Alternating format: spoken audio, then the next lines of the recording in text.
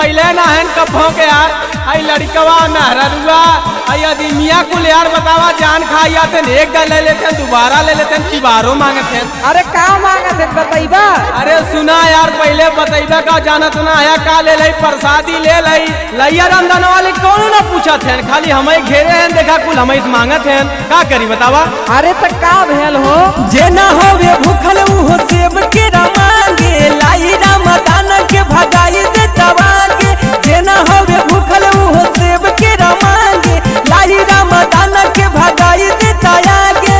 भरी न पेट गोड़ धइल जाला हो पर शादी नियन खाइल जाला हो ना डाली नियन नौमी में भूखाइल जाला हो पर शादी नियन खाइल जाला हो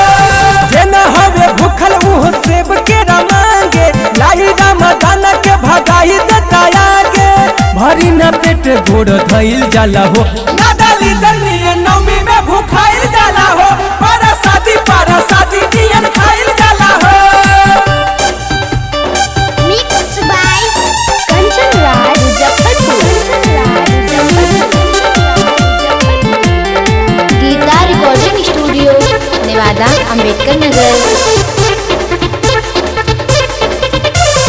आरती के थाली खाली जाली दिया बरते केहू नहीं एक रुपया बाटे धरते खाए खाती कूद रहे हैं खाए खाती कूदा ताड़े बूढ़ा जवान हो लोही काता छोड़ा पगलाए हैं सयान हो सही से भक्ति कइल जाला हो पर शादी नियन खाइल जाला हो ना दलीदर बनी नौमी में भूखाइल जाला हो ना दलीदर नियन नौमी में भूखाइल जाला हो पर शादी नियन खाइल जाला हो। Mixed by Kanchan Raj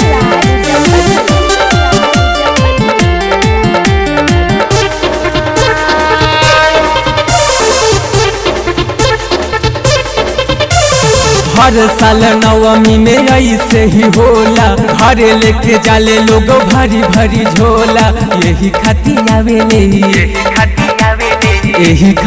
आवेले ही लोग पंडाल में राम जन्म के तमाचा जड़ा गाले में